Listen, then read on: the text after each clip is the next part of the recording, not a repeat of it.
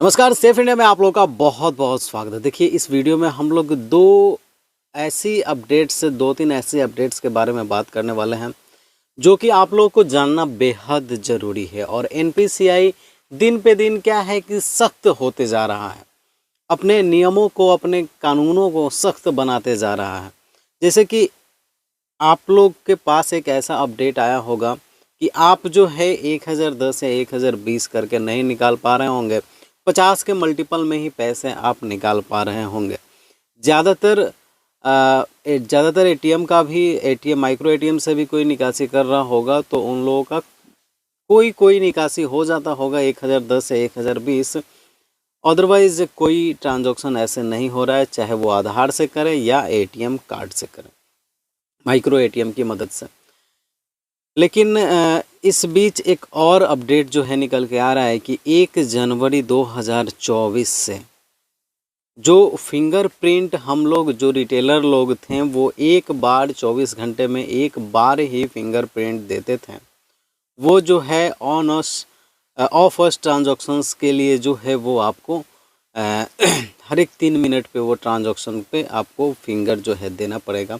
अगर आपके पास regular basis में कस्टमर्स आ रहे हैं, अगर मान लीजिए कि आप अभी अपना फिंगर दे दिए और मान लीजिए 10 बजे आपने फिंगर दिया, 10:01 पे एक ट्रांजैक्शन किए, 10:02 पे एक ट्रांजैक्शन किए, तो इस केस में क्या होगा कि आपका फिंगर वहाँ पे नहीं मांगेगा, रेगुलर ट्रांजैक्शन आपका होता रहेगा। लेकिन अगर कोई भी कस्टमर है, अगर उसका आप 10 बजे निकासी कर लिया और 10:04 पे किसी का निकासी आप करने वाले हैं तो वहाँ पे रिटेलर का फिंगर फिर से मांगेगा।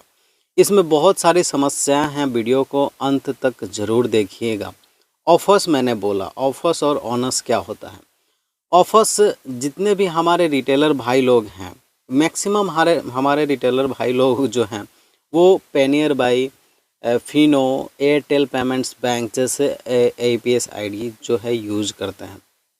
तो इन लोगों के पास, आप लोगों के पास जो है ऑफ अस कस्टमर्स ही ज़्यादा होंगे। ऑन अस उसको बोलते हैं जो सेम बैंक से निकासी करता हो, और ऑफ अस उसको बोलते हैं जो अदर बैंक का। मान लीजिए आपके पास फिनो बैंक का सीएसपी आईडी है और आप स्टेट बैंक का निकाल रहे हैं आधार के माध्यम से, तो उसको हम लोग ऑफ अस बोलेंगे। और फिनो का है और फिनो का ही निकाल रहे हैं तो उसको हम ऑनर्स बोलेंगे। तो इस केस में क्या है कि पहले स्टेट बैंक ऑफ इंडिया हो गया या फिर बैंक ऑफ बड़ौदा हो गया, तो बैंक ऑफ बड़ौदा में भी ऑनर्स ट्रांजैक्शन पे रिटेलर का फिंगर बार बार मांगा करता था। उस केस में रिटेलर, मैक्सिमम जो रिटेलर्स थे जो स्टाफ बैठा करके रखते थे, वहाँ पे वो लोग जो है ये मतलब दे दिया करते थे, वो ये हो जाता था मतलब कि अपना फिंगर क्लोन करके दे दिया करते थे और ट्रांजैक्शंस करवाते थे। लेकिन फिंगर क्लोन करने के बाद भी यहाँ पे कुछ ऐसी भी समस्याएं आ गई हैं कि आप फिंगर क्लोन करके अपने स्टाफ को दे भी फिर भी प्रॉब्लम है। मैं वो भी समस्या आप लोगों के साथ डिस्कस करता हूँ। जब भी आप फिंगर दे रहे हैं तो आपका फिंगर का जो फेल का रेशियो है वो 50% से ज़्यादा नहीं होना चाहिए।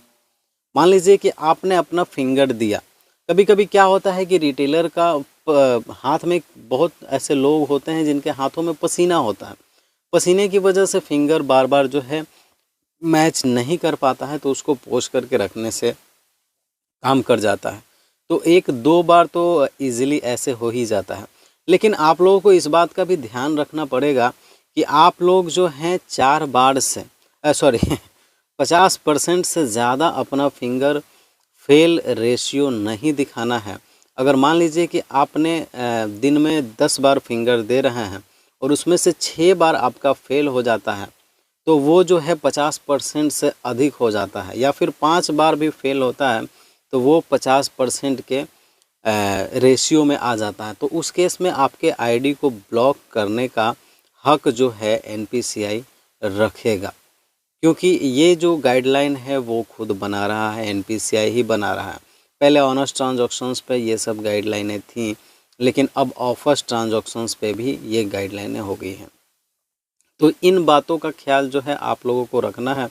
और एक और बात मैं आप लोगों को इम्पोर्टेंट बात बता दूं कि आप लोगों के पास IIBF का जो सर्टिफिकेट है वो आप लोग जिसके पास भी नहीं है वो कृपया करके बनवा लीजिए, क्योंकि NPCI कभी भी इसको मैंडेटरी कर सकता है, कभी भी इसको मांग सकता है। कभी भी आप फिनो यूज़ कर रहे हो, पेनियर बाई यूज़ कर रहे हो, रॉयनेट वगैरह वगैरह बहुत सारे APS IDs हैं जो भी आप यूज़ कर रहे हो, तो वो आपसे जो है वो लोग आपका ID उसमें मांग सकते हैं IIBF का सर्टिफिकेट। तो इसका एग्ज़ाम दे कर के इसको आप इससे सर्टिफाइड ज़रूर हो जाइए और इसका सर्टिफिकेट बनवा करके ज़रूर अपने पास रखिए, क्योंकि आप लोगों को पता होना चाहिए कि कोई भी स्टेट बैंक ऑफ इंडिया हो गया या फिर कोई भी इस टाइप का बैंक हो गया जो कि सरकारी लेवल पे काम कर रहे हैं, तो उनके CSPO को लेने के लिए IIBF का सर्टिफिकेट एकदम से ज़रूरी होता है।